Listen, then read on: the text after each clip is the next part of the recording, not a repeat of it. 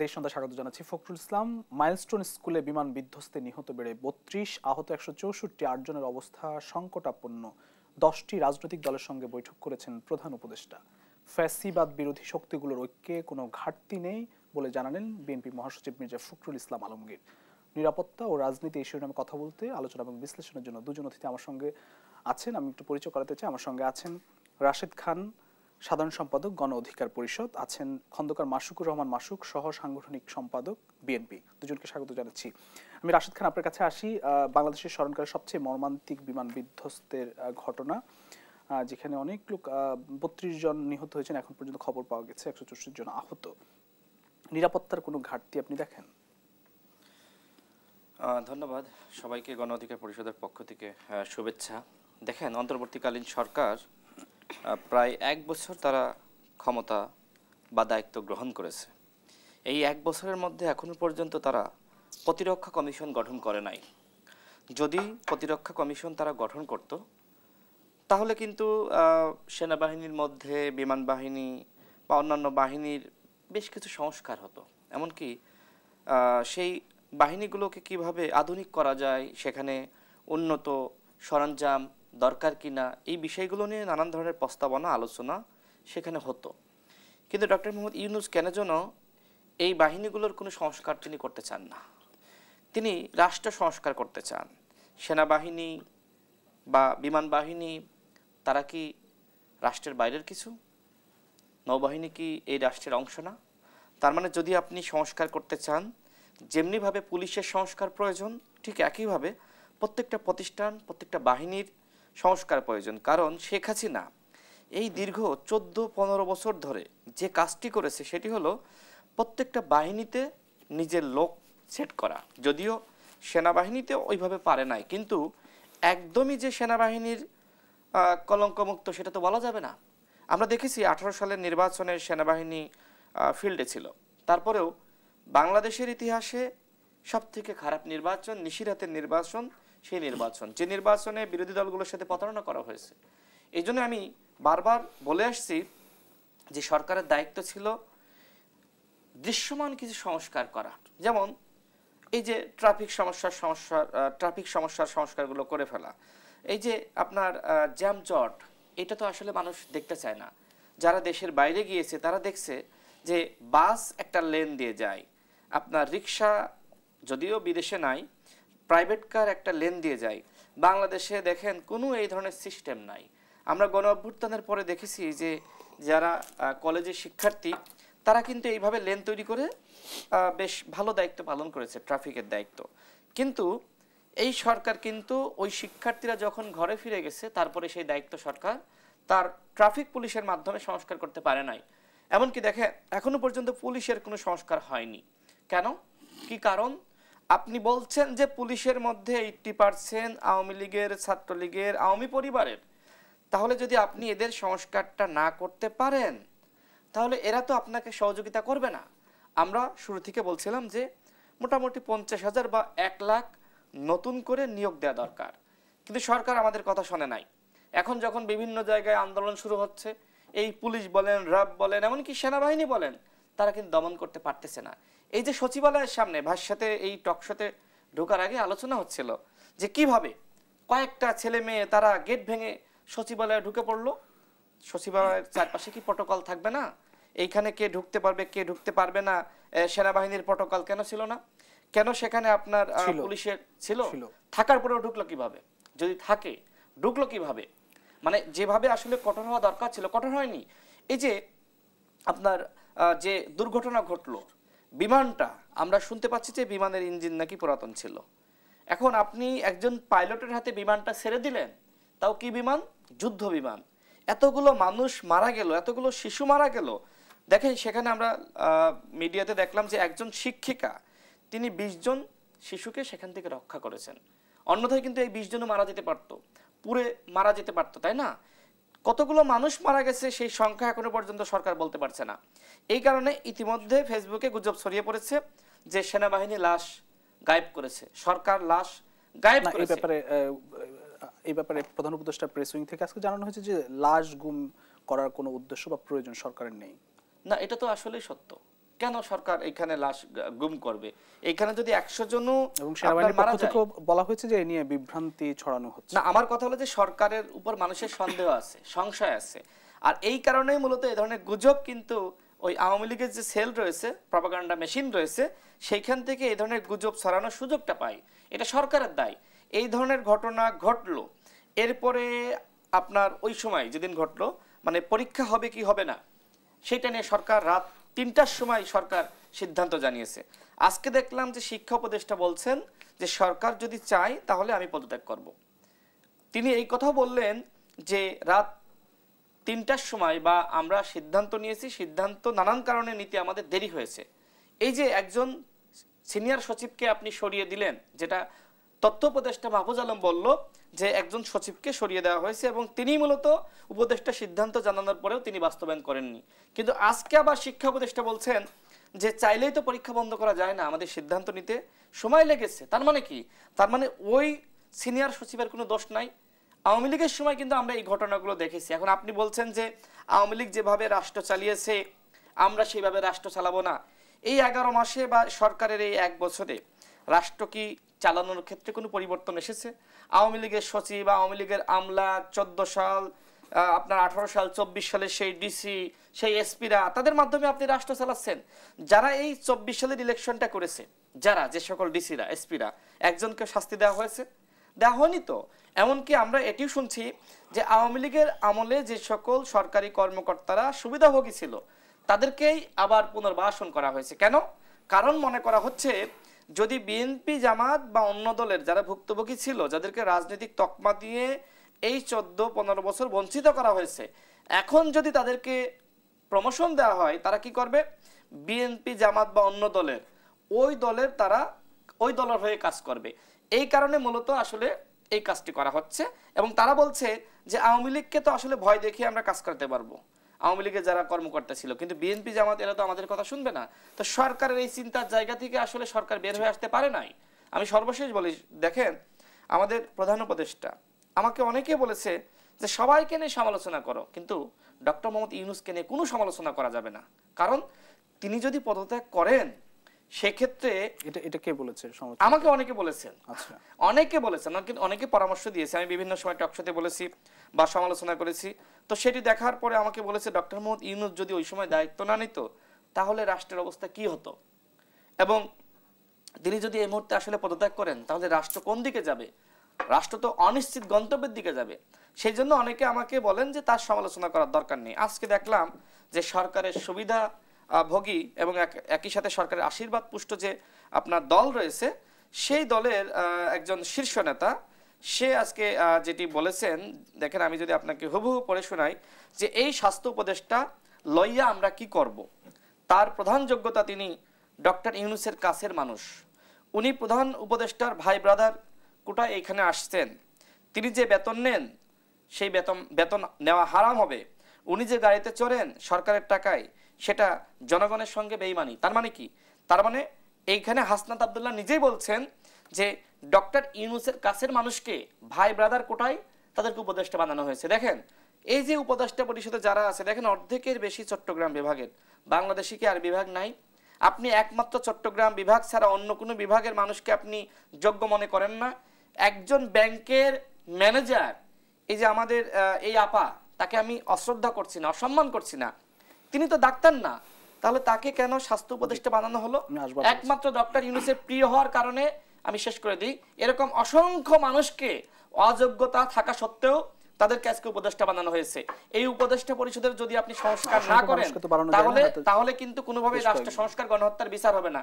এই যে গতকাল 4টা রাজনৈতিক দলের সাথে মিটিং করলো, ডক্টর ইউনূসকে আপনি দেখেছেন যে তিনি হাসতেছেন, তিনি জুস খাচ্ছেন। ওইখানে শুনলাম যে এই যে দুর্ঘটনা ঘটেছে এটা নিয়ে কোনো আলোচনা হয়নি, কোনো আলোচনা হয়নি। আলোচনা কি নিয়ে হয়েছে? যে আওয়ামী লীগ ফিরে আসতে পারে, এই আওয়ামী লীগকে কিভাবে ট্যাকল দেওয়া যায়। তার মানে কি? যখন আপনি দেখছেন যে আওয়ামী লীগ ফিরে আসতেছে, সে ভয় পাচ্ছেন, তখন দলগুলোকে ডাকতেছেন, আর যখন সমস্যার সমাধান হয়ে যাচ্ছে তখন দলগুলোকে আপনি গুরুত্ব দিতেছেন। আসবো আমি আপনার কাছে। আমি খন্দকার মাশরুকুর রহমান আপনার কাছে আসি যে আমরা এত বড় একটি বিমান দুর্ঘটনা আমরা লক্ষ্য করলাম, এখনো বিমান বিধ্বস্তের ঘটনায় শোক বইছে সারা দেশে। সতর্কতার জায়গা আসলে আমাদের আরো ব্যবস্থা নেওয়া যেত কিনা? ধন্যবাদ আপনাকে, সম্মানিত আলোচককে। যিনি এই মতো আলোচনা করলেন তার সকল বক্তব্যের সাথে আমি শতভাগ একমত হয়ে বলতে চাই। আমাকে একটু সময় দিয়েন, পরবর্তী কম দিন। প্রথমেই মাইল স্টোন ট্রাজেডিতে যেসব ছাত্র মারা গিয়েছে তাদের বিদেহী আত্মার প্রতি আমি শ্রদ্ধা নিবেদন করি। বিশেষ করে মেহেরিন নামে যে শিক্ষক জীবনের কথা, নিজের জীবনের কত ঝুঁকিকে উপেক্ষা করে, ওনার স্বামীর বক্তব্য আজকে আমি শুনেছি। তার দুটি সন্তানের কথা যখন বললেন, উনি বলছে এরাও তো আমার সন্তান। সেটা চিন্তা না করে 20টি শিশুকে উনি বাঁচিয়েছেন। আমি ওনাকে স্যালুট জানাই। আল্লাহ ওনাকে ভেস্তি নসিব করুক। বিগত ফ্যাসিস্ট আমলে অমানবিক পুলিশের কথা শুনেছি, অমানবিক কোর্টের কথা শুনেছি। বেগম খালেদা জিয়া অশীতিপর বৃদ্ধাকে মৃত্যুর সাথে পাঞ্জা লুটে তাকে জামিন দেয়নি। এম কে আনোয়ারের মতো একজন সিএসপি অফিসার মন্ত্রী 85 বছর তাকে জেলে ফেলে রেখেছেন। মির্জা আব্বাস ফখরুল আলমগীরকে কম্বলে শুয়ে রেখেছেন, জামিন দেয়নি। অমানবিক ইলেকশন কমিশন দেখেছি 18 কোটি মানুষের সাথে প্রতারণা করেছে। দীর্ঘদিন পর একজন মানবিক মহিলাকে দেখলাম, আবারও তার প্রতি বিনম্র শ্রদ্ধা। আর একটা কথা না বললেই নয়, এই ঘটনাটি ঘটার পর আমি আপ্রাণ চেষ্টা করেছি জানার জন্য। আমি সংক্ষিপ্ত বলবো, এই পাইলট তৌকির 76 বিএএফএ কোর্সের ফ্লাইং আওয়ার, সে আকাশে 250 ঘন্টা উড়েছে তার এই চাকরি জীবনে, 5 বছর চাকরি জীবনে। F-70 এর ট্রেনিং এর শেষ দিন ছিল কালকে, ওদিন আর ট্রেনিং তার দরকার ছিল না। সে একাই বিমানটা চলাবে। শুধু তাই নয়, আপনাকে বলি 3.5 সেকেন্ড আগে F-70 থেকে তৌকির জানালে যে ইঞ্জিনের পাওয়ার অফ হয়ে গেছে। আপনি শুনেন, ইঞ্জিনের পাওয়ার অফ হয়ে গিয়েছে। আমার এই তথ্য ভুলও হতে পারে। 3.5 সেকেন্ড আগে প্ল্যানের ইনস্ট্রাক্টর তাকে বললেন, তুমি এয়ারপোর্ট থেকে বলেন তুমি ইজেক্ট করতে বলা হলো তাকে। তো কি বলল, প্লেনটা কোনো সেফ জায়গায় নিয়ে ইজেক্ট করব। এইভাবে সময় হয়ে যায় এবং লাস্ট সেকেন্ডে ইজেক্ট করে, কিন্তু প্লেন তখন প্রায় মাটির কাছে চলে গেছে। তখন ইজেক্ট করে, কিন্তু তখন উচ্চতা এত কম ছিল যে আর প্যারাচুট খোলার অবস্থা ছিল না। ফলে সে পরে যাওয়ার জন্য যে সময় কমাতে চলে যায় এবং অ্যাক্সিডেন্টে এবং মারা যায়। এখন দেখেন, এই F-7 2015 অথবা 13-তে কেনা, ঠিকমতো মেনটেনেন্স করা হয়নি। এয়ারবেস শহর থেকে দূরে হওয়া দরকার। শোনেন, আপনি দেখেন পৃথিবী, মালয়েশিয়া, সিঙ্গাপুর, থাইল্যান্ড এয়ারপোর্ট শহর থেকে অনেক দূরে। ক্যান্টনমেন্টও শহরের মধ্যে রাখার কোনো যৌক্তিকতা নাই।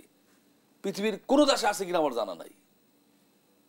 এগুলো শহর থেকে, লোকালয় থেকে দূরে থাকা প্রয়োজন। দেখেন, এই ঘটনার পরের দিন গতকালকে বিভিন্ন শিক্ষা প্রতিষ্ঠান, আমার মেয়ে একটা ইংলিশ মিডিয়ামে পড়ে, পিলেপেন স্কুল বসুন্ধরায়, আমি তোমাদের আলোচনা করেছি 11+ বয়স। এবার আমাদের জিজ্ঞেস করছে টিচাররা, কি জিজ্ঞেস করছে, তুমি কি বলছো? বলছে আমি বলছি ও কক্সবাজার গেছে আমার সাথে, রাঙ্গামাটির কথা মনে নেই ছোট সময়। বলছে এটা কক্সবাজার, ওখানে গিয়ে এই ট্রেনিং দিলে ভালো হতো, দূরে লোকজন কম। তা আমি আমার ওয়াইফকে বললাম, কেন? আমি যে 2-1জনের সাথে ফোনে কথা বলছি এটা শুনছে। আপনি ট্রেনিং দিবেন, আপনি যেখানে মানুষ থাকে না সেখানে গিয়ে দিবেন। আপনি সামরিক মহড়া কোথায় হয়? যেখানে সেখানে 3 দিন হয়, এখানে এখানে মানুষ থাকতে পারবে না, ওখানে লোক সরাই নাই, সেখানে দিবেন। আর এয়ারপোর্ট এবং শহরের ভিতরে হয় না। এরকম দুর্ঘটনা মনে আছে ইস্যু হয়েছে, যশোর হয়েছে। আমার এলাকায় আমাদের অত্যন্ত শ্রেণীর একজন এরকম দুর্ঘটনা ঘটেছে। সে যশোরে, সে তার মাকে, একটু বলি, মাকে দিতে আসতো চিঠি। ওই মাকে বলতো তুমি বিল্ডিং এর উপরে দাঁড়াও, চিঠি দিত। ওই সময় ডিস্টার্ব হয়, ও উপজেলা পুকুরের মধ্যে, প্রতি উপজেলা একটা বড় পুকুর থাকে, কারণ ওইটার মাটি দিয়ে উপজেলার করেছে উঁচা, যেমন গুলশান এই লেকটাকে, এটা মাটি কেটে গুলশান করেছে, সেখানেও নামাইতে সক্ষম হয়েছে। এই ছেলে পারে নাই, হয়তো এত বড় দুর্ঘটনা থেকে বাঁচতে পারত। তাকেও আমি বীরের মর্যাদা দিতে চাই, কারণ সে নিজের জীবন পারত। 6 মাস আগে বিয়ে করেছে না, একটু আছে। সচিবালয় আন্দোলনের কথা বলতে হবে। সচিবালয় আন্দোলনের, আমি সচিবালয় আন্দোলন নিয়ে আমি আপনার কাছে বিরতি থেকে ফিরে আসছি একটু। প্রিয় দর্শক, দেশ সন্ধানী থেকে ছোট্ট বিরতি, ফিরছি একটু পরে, সঙ্গেই থাকুন।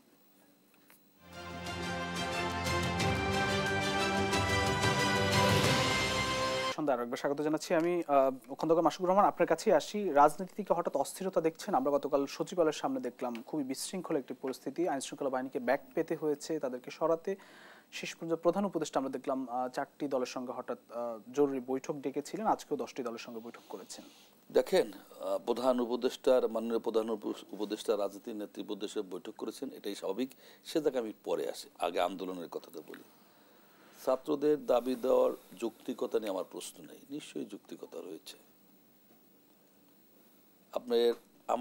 আমার এই 45 বছর রাজনৈতিক একটা দলের কর্মী হিসাবে আমি দেখেছি সচিবালয়ে এরকম কেউ ঢুকতে পারে নাই। এরশাদের আন্দোলনের, বিরোধী আন্দোলনের সময় ঢাকা বিশ্ববিদ্যালয় থেকে, সারা বাংলাদেশ থেকে লোক এসে সচিবালয়ে আমরা ঘেরাও করেছিলাম। ডাকসুর সাবেক যে মুস্তাক গুলিবিদ্ধ হয়েছিল দোয়েল চত্বরের কাছে, আপনারা ছোট ছিলেন, আমরা ওয়ালটি ভেঙেছিলাম, কিন্তু সচিবালয়ে ঢুকতে পারে নাই। এবার কত লোক ঢুকেছে? আমার একজন ঘনিষ্ঠ 82 ব্যাচের জয়েন্ট রিটায়ার্ড, উনি আমাকে বর্ণনা করতেন এই অবরুদ্ধ। এখানে সোশ্যাল মিডিয়ায় এবং বিভিন্ন রাজনৈতিক দলের থেকে যে কথাটি বলেছেন, ফ্যাসিস্টদের দোসর নেতৃত্ব দিয়েছে। আপনার এরা ভার্চুয়াল মিটিং করেছে নিষিদ্ধ সংগঠন ছাত্রলীগের নেতারা, আমরা তখন ব্যবস্থা নেন নাই কেন? আর যারা অন্যরা আন্দোলন করে তাদের বুঝতে হবে। হুঁশিয়ার আমি বলতে চাই, এরকম প্রোগ্রাম এখানে যারা নিষিদ্ধ সংগঠন তাদের করবেই, তাদের বিশাল কর্মী বাহিনী রয়েছে, পলাতক হয়েছে ফ্যাসিস্টের দোসররা রয়েছেন, অর্থ মদতদাতারা রয়েছেন, টাকা সবাই অর্থের মালিক। সেখানে বুঝতে হবে আমাদের মধ্যে এরকম লোক ঢুকে একটা অকারেন্স ঘটাতে পারে। প্রশাসনের প্রাণ কেন্দ্র, সেখানে 500-700 লোক ঢুকে গেছেন, কোনোদিন হয় নাই। দেখেন আপনি, 70 হয় নাই, 9 বছর সাথে আন্দোলন হয় নাই। সেখানে তারা ভার্চুয়াল আবারও মিটিং করে এই কাজ করেছেন। এখানে সরকার গোয়েন্দাদের ব্যর্থতা রয়েছে বলে আমি মনে করি। ফ্যাসিস্টরা সব জায়গায় রয়েছে, যেটা রাশেদ বলেছেন। আপনি বলি আজকে জনতা ব্যাংক 2 জন লুটপাট করেছে, কে? সালমান এফ রহমান আর এস আলম। 35,000 কোটি টাকা কোনো দিন রিকভারি হবে না। সেই ব্যাংকের এমডি নিয়োগ হয়েছে আমলে এস আলম নিজে। কত টাকা আমি বললাম, আমি চ্যালেঞ্জ করব, কত? কেউ বলে 25, কেউ 26 কোটি টাকা। বঙ্গবন্ধু পরিষদের লোক। আপনি কি আসা ওই যে রাশেদ বলছেন, তাহলে ওইটাই বলতে হবে। এরা আর একটা দুর্নীতি উনি সুযোগ দিবে, আমি লীগের লোক শুনবে। এইটা শুধু সব জায়গায়, সব সেক্টরে, মন্ত্রণালয় বলেন, পুলিশ প্রশাসনে বলেন, এরা বহাল তবিয়তে আছে। এরা এই সরকারকে, এরা বলবে যে ইউনূসের নেতৃত্বে কোনো ইলেকশন বাংলাদেশ হবে না, সম্মান রেখে হবে না। এখানে এই জিনিসটা ভাবতে হবে। আর একটা বিষয় যেটা স্কুলের ঘটনা নিয়ে আমি বলি, আপনার হয়েছে লাশ গুম, এটা কি কারণে করবো? এটা কোনো যুক্তি নাই। তবে এইটাকে মনিটরিং করা, এইটাকে জনগণের আস্থায় আনার জন্য 32 মারা গেছে বললেন, আল্লাহ না করি আর এই খাতায় যোগ না হোক, 164 জন আহত। আল্লাহ মনে করি আর একজন এটার সাথে যোগ না হোক 32 সাথে, তাতে সরকার কেন করবে? কিন্তু সরকারের যে মনিটরিং সেল এটা যে করেছে সেখানে তো সন্দেহের উদ্রেক হয়েছে। আরেকটা আসেন এইটার উপরেও বিভিন্ন এই এই এই পরাজিত সৈনিক, আমি আপনাকে আবার বলি, যারা পরাজয় বরণ করে, যারা বিজয়ী হয় তারা ভুলে যায়, যারা পরাজয় বরণ করে তারা ভুলে না, রিমেম্বার বলে না। কি হয়েছে, এই যে ছাত্র সচিবালয়ে যে আন্দোলন হলো পরীক্ষা নিয়ে, অবশ্যই এটা সেন্সিটিভ বিষয়। আমরা পড়াশোনা এইচএসসি জীবনের একটা টার্নিং পয়েন্ট পরীক্ষা, এবং আমি মনে করি সবচেয়ে কঠিন এবং জীবনের মোড় ঘোরানোর যে সবচেয়ে ইম্পর্টেন্ট পরীক্ষা এইচএসসি। সেই পরীক্ষাটা আপনার 3.5টা কেন বাজবে? আপনার ডিসিশন নেন নাই কেন? আগে ডিসিশন নেন নাই কেন? এক ছেলে বলছেন আমি পরীক্ষা যাব, তখন শুনি পরীক্ষা বন্ধ। আমি বোর্ডে গেছি, বোর্ডের কাছে কনফার্ম হয়েছে পরীক্ষা বন্ধ। কেন এটা হবে? কেন আগে আপনার সিদ্ধান্ত দিতে হবে তো। কারণ কি জানেন, এই এই সরকারে যারা রয়েছেন ভাই, অভিজ্ঞতা একটা ভিন্ন জিনিস, একাডেমিক রেজাল্ট দিয়ে এটা হয় না। দেশ পরিচালনা ভিন্ন জিনিস, এটা ধীরে ধীরে অভিজ্ঞতা তৈরি হয়।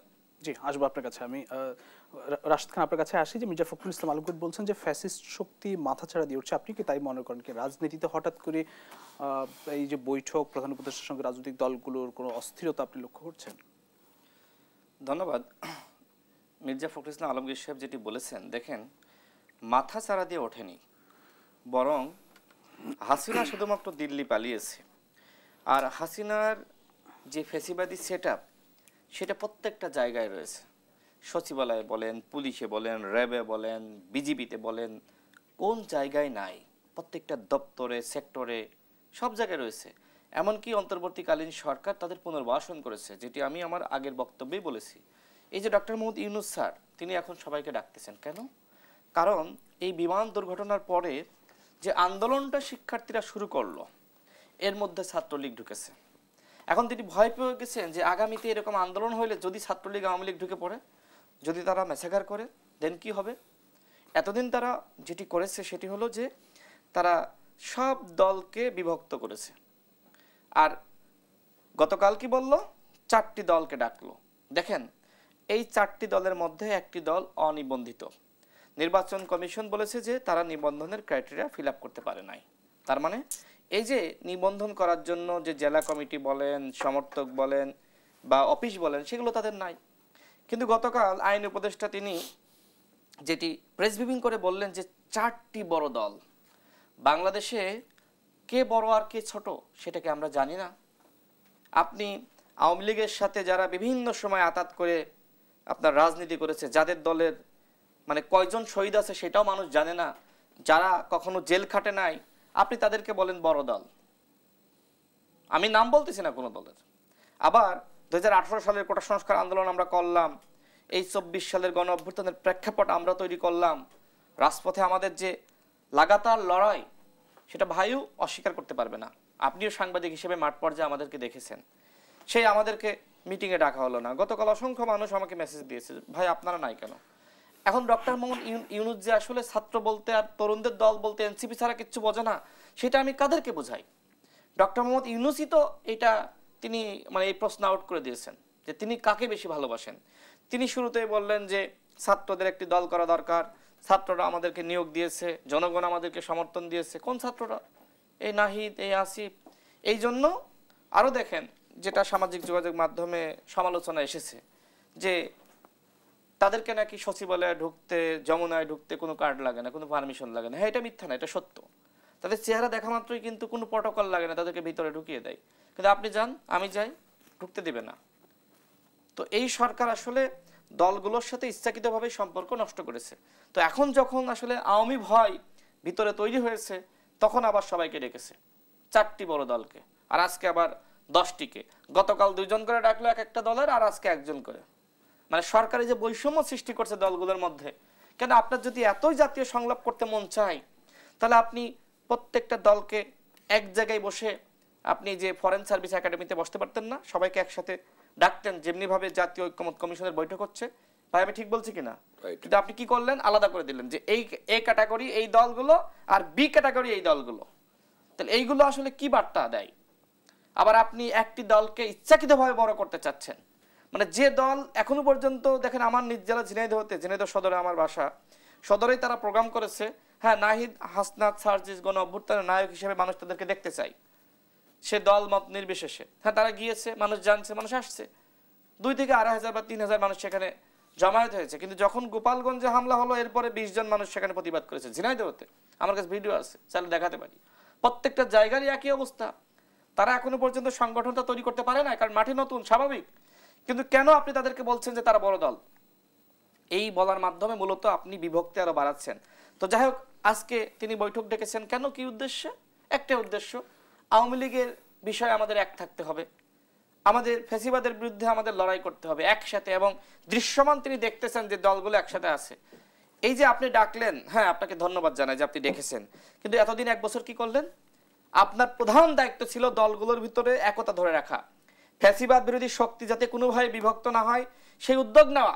কিন্তু যখন তারা বিভক্ত হয়ে গেছে, আজকে নাসিরউদ্দিন পাটোয়ারি কি বলে, কক্সবাজারের একজন গডফাদার শামীম ওসমান রূপে ফিরে এসেছে। এই ধরনের কথাবার্তা যখন বলবে, তখন কি মানুষ তাকে আদর করবে? এলাকায় গেলে ভাই আদর করবে? প্রেসিডেন্ট জিয়াউর রহমানকে বলে লুটেরা, এই কথা বলার পরে কি বিএনপির নেতাকর্মীরা শান্ত রাখা যায়? হ্যাঁ সিনিয়র নেতারা নাই কন্ট্রোল করেছে। কিন্তু এগুলো যদি আপনি ইচ্ছাকৃত হয়ে বলছেন, কেন বলছেন? বলছেন এই কারণে যে দেশে একটি অরাজকতা সৃষ্টি হোক, এবং যাতে করে বলা যায় যে দেখেন এখনই এই যে এরা, এই দলগুলো এতটাই উচ্ছৃঙ্খল, কিভাবে আপনি নির্বাচন দিবেন? এরা তো আগামীতে আবার ফ্যাসিস্ট হবে। আবার বিভিন্ন জায়গায় ফ্যাসিবাদ বিরোধী শক্তিগুলোর ঐক্যে কোনো ঘাটতি নেই, কথা আজকে মির্জা ফখরুল ইসলাম আলমগীর বলেছেন। আপনি কি সেখানে কোনো ঘাটতি দেখেন? অবশ্যই তিনি বলেছেন, শ্রদ্ধেয় মানুষ, আমি তার বিষয়ে আসলে এইভাবে দ্বিমত করতে চাই না। কিন্তু ইতিমধ্যে সরকারই আসলে ওই ঐক্যের মধ্যে ফাটল সৃষ্টি করেছে, ঐক্যের মধ্যে ফাটল আছে যেটা দৃশ্যমান। দেখেন আরেকটি বিষয় বলি, আজকে সার্জিস তার একটি বক্তব্য আমি এখানে আসার আগে শুনলাম। তিনি বলছেন 3টা কাজ শহীদ পরিবারকে সাথে নিয়ে, বিচারের রায় এবং বাস্তবায়ন, এই 3টা কাজ হওয়ার আগে যদি ডক্টর মোহাম্মদ ইউনূস বিদায় নেয়, তাহলে তিনি নাকি মুখ দেখাতে পারবেন না। তো হাসিনাকে কি আসলে 1 বছরের মধ্যে আগামী ফেব্রুয়ারির আগে ফিরিয়ে আনা সম্ভব? সেই বাস্তবতা আছে। তার মানে হাসিনা যতদিন বাংলাদেশে আসবেন আপনি নির্বাচন দিবেন না? তো নির্বাচন না দিলে দেশের অবস্থা কি হবে? এখনই তো আপনার আরেকজন বন্ধু সেই তো বলছে যে ডক্টর মোহাম্মদ ইউনূসের স্বজনপ্রিয়তা, তিনি তার একজন খুব কাছের লোককে, ভাই ব্রাদারকে তিনি স্বাস্থ্য উপদেষ্টা বানিয়েছেন, তার ব্যাংকের ম্যানেজারকে। তো ডক্টর মোহাম্মদ ইউনূস যদি এগুলো করতে থাকে, তাহলে কেন ডক্টর মোহাম্মদ ইউনূস এত বছর ক্ষমতায় থাকবে? আগে মানুষ বলতেছিল 5 বছর, এখন তো অনেকে বলছে যত দ্রুত পারে নির্বাচন দেন। তো আমরা শুধু নির্বাচন চাই না, আমরা চাই বিচার, মানে বিচারের একটি কার্যক্রম শুরু করেন, পুরোপুরি তো পারবেন না, এবং একই সাথে রাষ্ট্র সংস্কার ঐক্যমতের ভিত্তিতে করেন এবং নির্বাচন। এখন যেটি বলা হচ্ছে সরকারের পক্ষ থেকে যে তারা ফেব্রুয়ারিতে ইলেকশন করবে, খুব ভালো কথা, কিন্তু ইলেকশন করার আগে আপনারা যতটুকু সংস্কার বাস্তবায়ন করা দরকার ছিল তার ছিটেফোঁটাও করতে পারেন নাই। 1 বছরে যদি মার্কিং করতে হয়, আমি মনে করি যে 100-র মধ্যে এই সরকারকে সর্বোচ্চ 10 দেওয়া যায়। আমি জানি না ভাই কত সংস্কার নিয়ে আমি কথা বলবো আপনার কাছে। আমি আসছি প্রিয় দর্শক, দেশ সন্ধান নিচ্ছে আরো একটি বিরতি, ফিরছি একটু পর, সঙ্গেই থাকুন।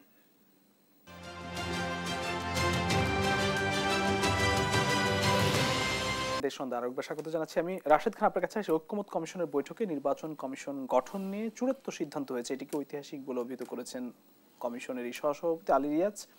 সংস্কারের প্রক্রিয়া আসলে আপনারাও যাচ্ছেন, কবে চূড়ান্ত হচ্ছে এবং জুলাই সনদ কবে পাচ্ছি আমরা?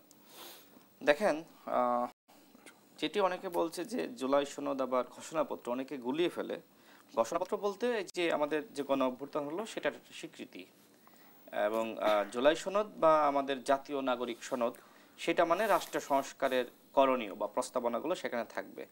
তো নির্বাচন নিয়ে, নির্বাচন কমিশন নিয়ে ঐক্যমত্য হওয়ারই দরকার, কারণ কতদিন আর এই ধরনের আলোচনা লাইভে সারাক্ষণ কি তারা যা দেখাচ্ছে, মানুষ তো দেখতে দেখতে বিরক্ত হয়ে যাচ্ছে যে এত লাইভ, এত আলোচনা, সমাধান কই, এত সময় লাগে।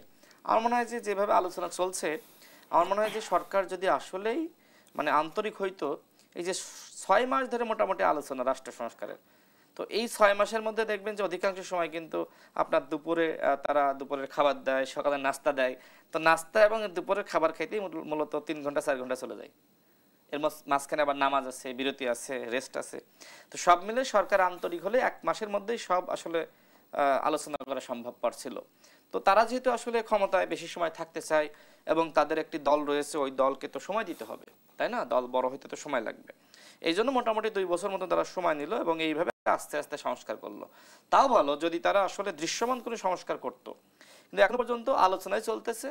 তো আলোচনা করে মানুষকে আসলে যতটুকু খুশি করা যায় তারা করতেছে, কিন্তু দৃশ্যমান কোনো সংস্কার করে নাই। ভাই করেছে নাকি? দেখছেন আপনি কিছু? ওই যে আমি তো আগেই বলছি যে এখনো পর্যন্ত হাসপাতালে দেখেন, বাংলাদেশের এই গণ অভ্যুত্থানের পরে সব থেকে বড় সংস্কার দরকার ছিল শিক্ষা এবং চিকিৎসায়, কিন্তু আপনি একজন শিক্ষামন্ত্রী যাকে বানিয়েছেন তার কোনো দৃশ্যমান কার্যক্রম নাই। তিনি কি করতেছেন আমিও জানি না, আপনিও জানেন না, এদেশের শিক্ষার্থীরাও জানে না। এই কারণে দেখবেন যে শিক্ষার্থীরা এই যে 2 দিন আন্দোলন করলো, শিক্ষা উপদেষ্টা পদত্যাগ তারা দাবি করেছে। একই সাথে স্বাস্থ্য উপদেষ্টা তিনি নিজেই সিঙ্গাপুরে চিকিৎসা নেওয়ার জন্য প্রায় যান। যে মানুষটি বাংলাদেশের চিকিৎসা ব্যবস্থার উপর আস্থা রাখে না, তাকে আপনি কেন চিকিৎসা উপদেষ্টা বানালেন? কি কারণ? এই স্বাস্থ্য উপদেষ্টা নিজেই একজন ক্যান্সারের রোগী, তাকে আমি অসম্মান করতেছি না, কিন্তু তিনি ডাক্তার না, এই সেক্টরে তার নলেজ নাই। তারপরেও ডক্টর মোহাম্মদ ইউনূস কেন তিনি এই কাজটি করলেন? হ্যাঁ, ডক্টর মোহাম্মদ ইউনূস তো দেশে চিকিৎসা নেন না, তিনি বিদেশে চিকিৎসা নেন। তিনি বিদেশে অধিকাংশ সময় থেকেছেন, যে কারণে এই ঢাকা মেডিকেলের অবস্থা তিনি জানেন না। কারণ ঢাকা মেডিকেলে কখনো তিনি চিকিৎসা নিতে যাননি, আমি মিডিয়াতে দেখি নাই। তিনি বাংলাদেশের কোথাও চিকিৎসা নেন কিনা আমি জানি না।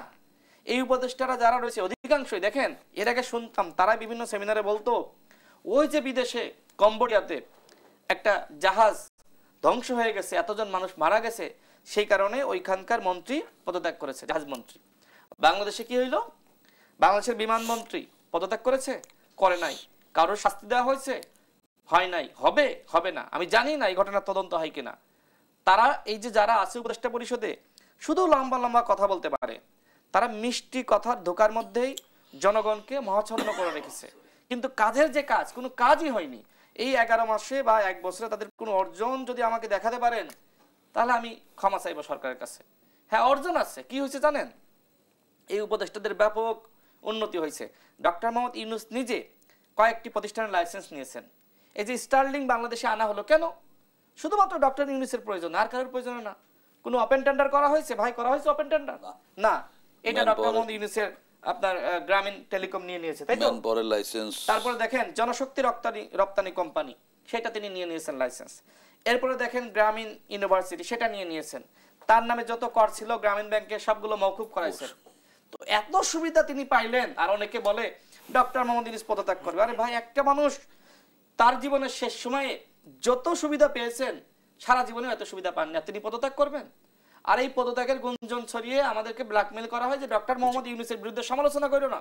আজকে তো দেখলাম যে তার আশীর্বাদ পুষ্ট পার্টির নেতারা, শীর্ষ নেতারা হাসনাত সমালোচনা করেছে যে ডক্টর মোহাম্মদ ইউনূসের স্বজন প্রীতির প্রমাণ হলো এই স্বাস্থ্য উপদেষ্টা। এরকম অসংখ্য উপদেষ্টাকে তিনি নিয়োগ দিয়েছেন। এরকম যতগুলো উপদেষ্টা আছে এর মধ্যে অর্ধেক প্রায় ডক্টর মোহাম্মদ ইউনূসের আত্মীয় স্বজন বা তার আশপাশের লোকজন। এইভাবে তো রাষ্ট্র চলতে পারে না। আমরা এই জন্য বারবার বলছি যে রাষ্ট্র সংস্কার, গণহত্যার বিচার এবং সুষ্ঠু নির্বাচন যদি চান, তাহলে অবশ্যই উপদেষ্টা পরিষদের পুনর্গঠন করতে হবে। সর্বশেষ বলবো, এই যে নির্বাচন নিয়ে ধোঁয়াশা, অনিশ্চয়তা, আমি আপনার কাছে নির্বাচনে আসবো, আরো একবার আসতে চাই। আমি একটু খন্দকার মাসুকুর রহমান আপনার কাছে আসি। জুলাই সনদ আসলে কবে পাচ্ছে জাতি, এবং নির্বাচনের নিয়ে সরকারের প্রস্তুতি কতটা দেখছেন? দেখুন, নির্বাচন নিয়ে এদেশের মানুষের মধ্যে একটা ধ্রুবজাল সৃষ্টি হয়েছে, অথবা সৃষ্টি করা হয়েছে। সেই ধ্রুবজাল কি এখন কেটেছে? না, আপনার 40 থেকে 45 বছরের যারা বয়সের ভোটার, তারা এখনো ভোট দিতে পারে নাই। কোটা আন্দোলন, পরবর্তীতে 1 দফা আন্দোলন নিশ্চয়ই ঠিক আছে। আমি কোটা আন্দোলন যারা করেছে তাদের প্রতি আমি সম্মান রেখে বলতে চাই, দীর্ঘ 15.5 বছর ফ্যাসিস্টের আমলে তথাকথিত অন-11 নামে 2 বছরে 17 বছর বিএনপি থেকে সমমনা সকল দলের সংগ্রাম ছিল ভোটের অধিকার প্রতিষ্ঠা। এই সরকারের রাশেদ প্রধান উপদেষ্টার যা বলেছে সব বলেন কমই বলেছে। কত টাকা উনি ট্যাক্স মওকুফ করেছে জানেন? গ্রামীণফোনের সম্মান রেখে বলতে চাই, আমি মনে করি রাষ্ট্রের ওই জায়গায় বসলে তাকে ত্যাগ করতে হবে, ভোগ করতে পারবে না, ভোগ করা উচিত হবে না, তাহলে মাথার মুকুট থাকবেন। ওই যে অসুখ হলো, আমি যাবো না, আমি মারা যাবো, আমি বাংলাদেশে চিকিৎসা করবো, উনি বলতে না, ওই জায়গায় যে যাবে এই মহৎ নেতার দরকার। আমি ভেবেছিলাম ডক্টর ইউনূস সাহেব ওই মাপের নেতা হবে। উনি 166 কোটি টাকা প্রথম 166 ট্যাক্স মওকুফ করলেন এবং গ্রামীণ 666 কোটি টাকা। আর এই অঙ্কটা একটু ভুল হতে পারে, আর একটা গ্রামীণ এই ব্যাংকের তো ফোনের যে মালিকানা সরকার, ওটা কমিয়ে উনি আবার বেশি নিয়েছেন। এইগুলো মানুষ ভালোভাবে দেখে নাই। সুযোগ থাকলো ওই সুযোগ ব্যবহার না করে ওই পর্যায়ের লোক, আমার দ্বারা আমি রাশেদিরা করবো, উনি করবে না।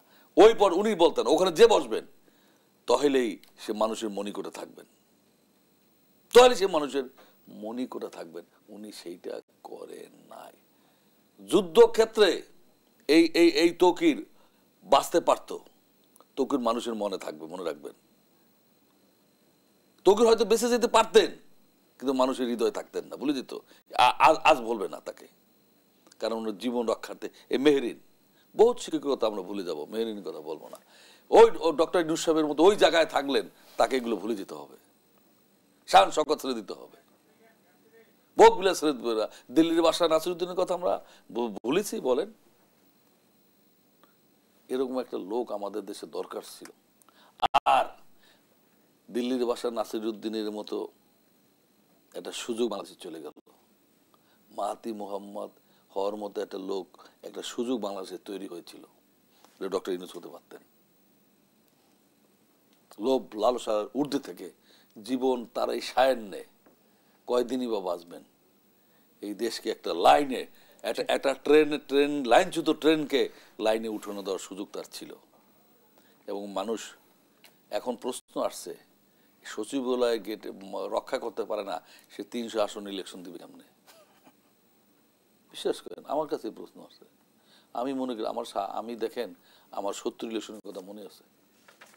এই পর্যন্ত সকল ইলেকশন আমি দেখেছি, কোনোটা বাধা দিতে গেছি, কোনোটা নিজে পরিচালনা করতে গিয়েছি।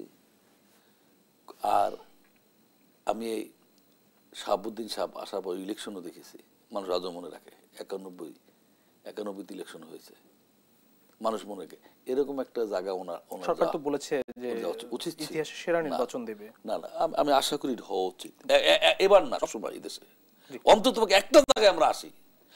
আমি এখানে যেতে চাই, আমার এই জীবনের যৌবনের এই রাজপথে ব্যয় কি জন্য করলাম মাঝে মধ্যে প্রশ্ন করি। অন্তত একটা জিনিস হোক, এদেশে গণতন্ত্র টেকসই গণতন্ত্র হয়েছে। এই যে রাশেদ ইলেকশন করবে, ওর অনেক বয়স রয়েছে, অনেক কিছু সামনে দেখবে হয়তোবা।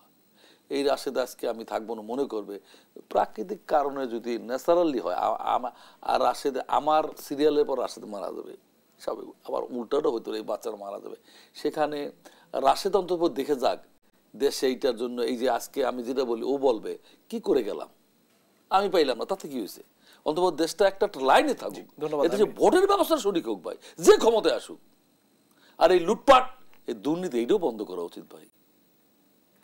অসংখ্য ধন্যবাদ। আমি একটু রাশেদ খান আপনাকে শেষ করতে চাই 2 মিনিটের মধ্যে, যদি আপনি বলেন যে ইতিহাস সেরা নির্বাচনের প্রস্তুতি আসলে সরকারের কতটা দেখছেন?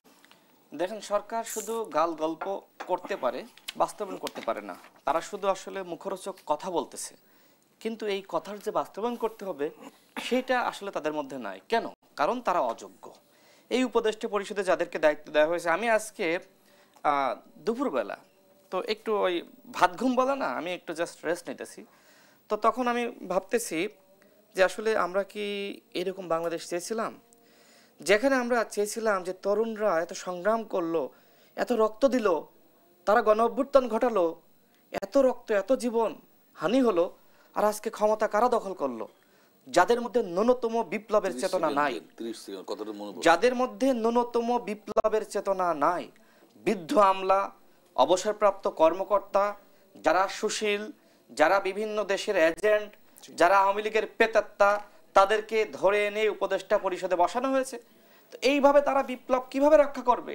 এই কারণে আমি মনে করছি যে আগামী আমি শেষ করি আগামী 8 আগস্ট আমি মনে করি সব দল মিলে বিপ্লব বেহাত দিবস পালন করা দরকার। কারণ এই উপদেষ্টা পরিষদ, এই ডক্টর মোহাম্মদ ইউনূস বিপ্লবের ছিটে ফোঁটা এই উপদেষ্টা পরিষদে রাখে নাই, দেশে রাখে নাই। আজকে গণ অভ্যুত্থানকে তারা ধ্বংস করেছে, গণ অভ্যুত্থানের চেতনাকে তারা নষ্ট করেছে। এই কারণে আমি এখনো পর্যন্ত বলে যাচ্ছি, আমি শেষ দিন পর্যন্ত বলে যাব, নির্বাচনের আগের দিন পর্যন্ত বলবো যে এই উপদেষ্টা পরিষদের পুনর্গঠন করতে হবে, করতে হবে, করতে হবে। কারণ বাংলাদেশের চেতনাকে নতুন রাষ্ট্র, যেটি ভাই বলছিলেন, নতুন রাষ্ট্র গঠনের একটা সুযোগ এসেছিল, সেই সুযোগটা এই ডক্টর মোহাম্মদ ইউনূস নষ্ট করেছে। ধন্যবাদ। আমি 30 সেকেন্ড বলতে চাই, এখনো হারিয়ে যায় নাই, এখনো সকল রাজনৈতিক দলকে নিয়ে সবার আগে বাংলাদেশ এই চিন্তাটা করে এগিয়ে যাওয়া সম্ভব। অসংখ্য ধন্যবাদ জনাব খন্দকার মাসুকুর রহমান মাসুক এবং রাশেদ খান, দুজনকে আবারও ধন্যবাদ জানাচ্ছি। প্রিয় দর্শক, দেশান্ত আজ এখানে শেষ করছি। আবারও দেখা হবে আগামীকাল একই সময় অন্য কোনো অতিথিদের নিয়ে। সে পর্যন্ত সবাই ভালো থাকবেন, সুস্থ থাকবেন। শুভ সন্ধ্যা।